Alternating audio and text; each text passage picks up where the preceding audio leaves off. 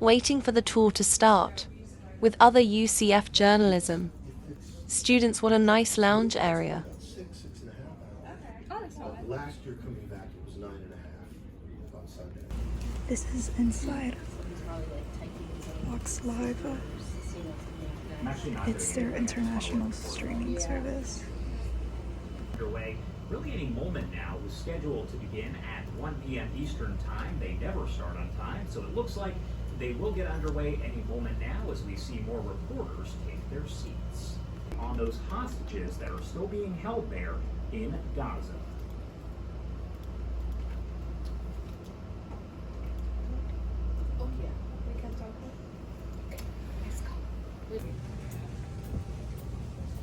So this is kind of the... At 1 o'clock, it's whatever we dreamed up at 9 a.m. What's the reality now? Because we got to put it on paper and it's got to show up on TV in 3 hours from now. So that's reality check of, we get a check of what all the reporters have. What is their best sound and best video we want to know in that meeting? And how are we selling the story? What's the most compelling thing that we need to get off the top that we're Juniors? Yes, yeah, juniors. So this is Josh, he's our digital manager. He oversees all things digital here across all our platforms. And Danny, our superstar digital producer here. Is very likely gonna come here first. It's gonna be because it gets emailed to us to our tip inbox. It's gonna we're gonna answer the phone and someone's gonna be like, oh my gosh, there's 20 cups on International Drive. What's going on? So this is Larry. He's our VP of Creative Services Marketing. We have our marketing producers back there. Go Knights! Interrupting. Out of here. But same equipment, like live now, TriCaster. She's got all her equipment here, and so she. So, from all of this work. So since Melissa left, you want to talk about it? So we're gonna take a picture of all of you there. You want to do that first? Making sure that the reporters know, what to expect, their live shots, when their live shots coming up, like all of that stuff. They're kind of doing 5 different things in the control room. Everybody here, everybody's parts, everybody moves together, right? So it's like a big puzzle. And something that I'm missing, I can reach out to Zach, or something that Zach's missing, he reaches out to me. So we all kind of follow the same thing, yes. And then on every given day, when we have breaking news, everybody kind of goes towards the same thing and we all have the same goal in mind.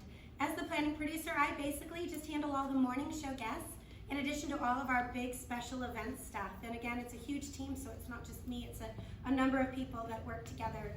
The desk is in charge with the producers, with Zach, with everybody to try to get that accomplished and get that done. So to me, it's exciting every day to come in. There's challenges, but what's great is when you have good people like this too. We got a great crew here, which is fun.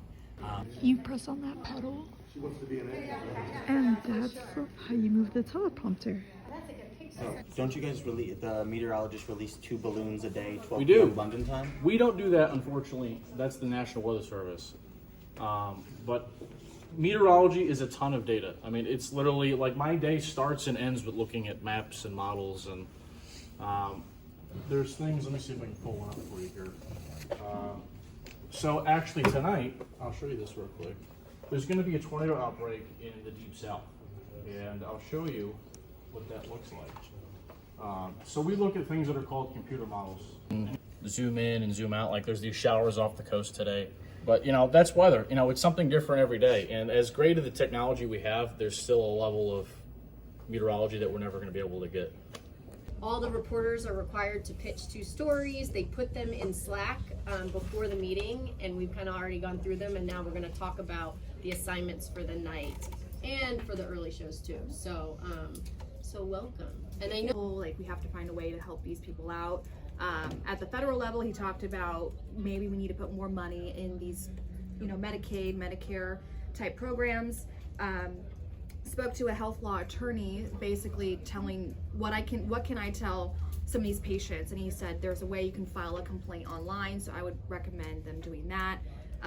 And then also the patients that have come forward to us have asked, what else can we do to try to get access to this? It's obviously dangerous because you have a facility that's has your medical records, and that's very personal information, and you don't know what they could be doing with that. And also you have people that need treatments now and they can't get their records, so they can't get their treatments to go to a new doctor. So there's a lot of things that is wrong with this sort of thing. So we're gonna probably brand it as a Fox 35 Investigates, start it off, and just really show people the process language of what it took to get some answers for these patients. The nearby businesses, when it happened, like went to the rescue for the driver, so we're trying to find that person. All these different elements to like see what we can do to advance this story and just tell more about what happened that day. It's crazy. We've reached out to get information about street racing in the area.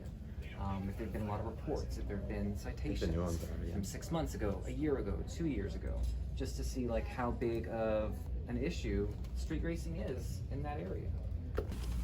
Okay, we can step out, get out.